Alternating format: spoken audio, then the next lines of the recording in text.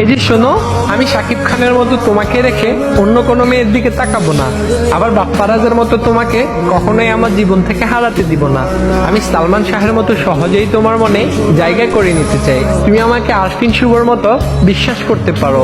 আমি জুবানের মতো তোমাকে কখনো মন খারাপ হতে দিব না। মোশাররফ করিমের মতো সবসময় তোমাকে হাসি খুশি রাখবো। তোমার মিশা সওদাগরের মতো অনেক বেশি রাগ হলে তুমি কাজী মারুফের মতো আমায় গালি দিও, আবার রুবেলের ক্যারাটির মতো চাইলে আমাকে মায়েরও দিও। রিয়াজের মতো তুমি সবকিছু এলোমেলো করে দিও। আমি জাম্বুর মতো প্রতিশোধ না নিয়ে চঞ্চল চৌধুরীর মতো সবকিছু গুছিয়ে নিব। তবে তোমাকে নিয়ে কেউ বাজে কথা বললে আমি তাহসানের মতো চুপচাপ বসে থাকবো না, বরং মান্নার মতো মাথা গরম করে সাথে সাথেই তার প্রতিশোধ নিয়ে নিব। আমি হয়তো মুশফিকুর ফারহানের মতো গুছিয়ে কথা বলতে পারি না, তবে আমি অপূর্বর মতো গুছিয়ে তোমাকে ভালোবাসবো। আমি হয়তো সিয়ামের মতো দেখতে অনেক বেশি কিউট না, আবার অনন্ত জলিলের মতো অনেক বড় লোক না। আমি হয়তো দেখতে ডিপজলের মতোই কালো, আবার জসিম খানের মতোই গুড়ি, তবে আমি আফরান নিশোর মতো আমার সর্বোচ্চ দিয়ে তোমাকে ভালোবাসবো। আমি নায়করাজ রাজ্জাকের মতো জীবনের শেষ দিন পর্যন্ত শুধু এবং শুধুই তোমাকেই ভালোবেসে যাব।